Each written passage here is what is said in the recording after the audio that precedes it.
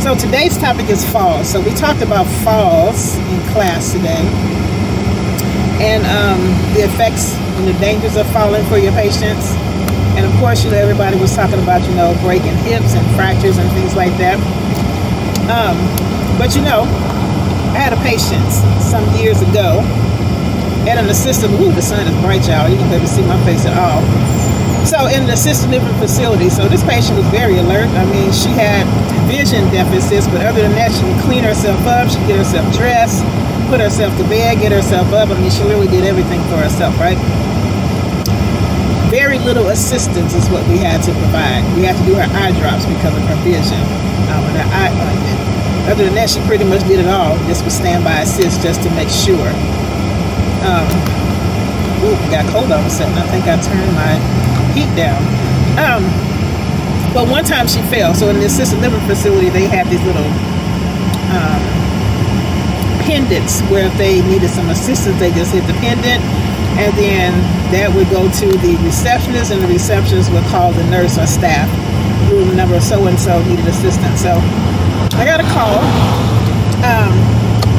When I went in there, she was in her room on the floor, face down, and her walker, she was almost kind of on top of her walker. It was just a weird looking situation. So I really couldn't even ask her what was wrong because she was in a panic. She was just screaming, like, catch me, I'm falling, I'm falling, I'm falling.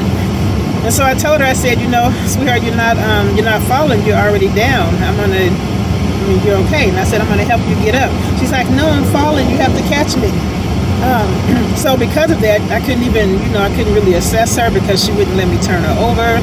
She wouldn't answer any questions because she was just traumatized from the fall. So I got another staff member to come in there with me, and together we were able to get her up, right? We finally got her to stand up, and her hands were shaking, her legs were shaking. I finally assessed her. She didn't have any physical injuries at all, nothing, but psychologically. So because of that fall, she was terrified to walk, even though she used to walk all up and down those hallways, right? And so we got physical therapy to work with her, to take her for walks and stuff, and she did okay, sort of. She'd do okay for a moment, and then she wouldn't do okay. And so, unfortunately, because she wasn't able to walk because she was so scared, she needed extra help. And in assisted living, you have to be able to do most of that stuff yourself, which means they ended up sending her down to the long-term care portion of their facility, which was sad because she was so independent, she was so vibrant. When I would go visit her, she would always be in her bed whenever I go visit her, and that was so different for her. She was never in her bed. She was always roaming around. But she never got over the fact that she fell. So psychologically speaking, that really did some damage to her because it took away her independence, and it made her have to go down to a long-term care facility where she got more help.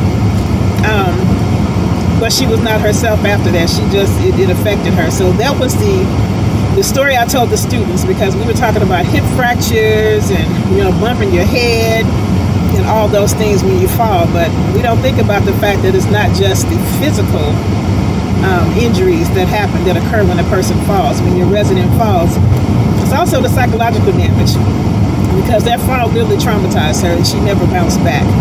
So she ended up on that facility downstairs, and I'm not sure how long she lasted before she passed away because I ended up going to a different job.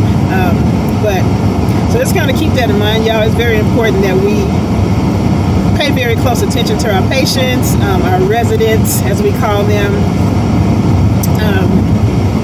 If they fall, they need assistance, get there as soon as we can. Just keep our eye on them. And like I said, she's very independent, so we didn't really go to her room a lot unless it was something that was scheduled or if she called us to come down.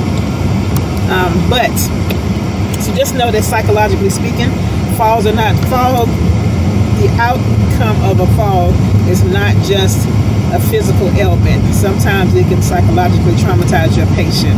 So just kind of keep that in mind. If your patient does fall and you notice a change in them, mentally, they're not doing what they used to do, they're more anxious, they have anxiety, just kind of think about the fact, well, dang it, they did have a fall. I wonder if that fall had an effect on them. And chat with the nurse about it. Maybe most CNAs see the patients more than nurses do, because there's more CNAs on the floor than there are nurses in these facilities.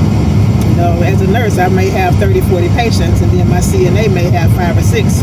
So they get to spend a lot more time with these patients than I do running in and out of the room. So if you notice some changes in your patient after an event, please just bring it forward to your nurse and just say, hey, you know what? This is what I noticed. What do you think? Did you notice this?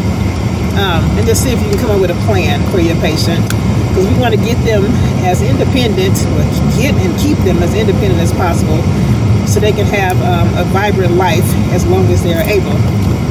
Okay, so that was our discussion today. Well, one of our discussions. We did a lot of discussions. Today was lecture and theory day, and we did chapter 2, and that is the longest chapter in the world.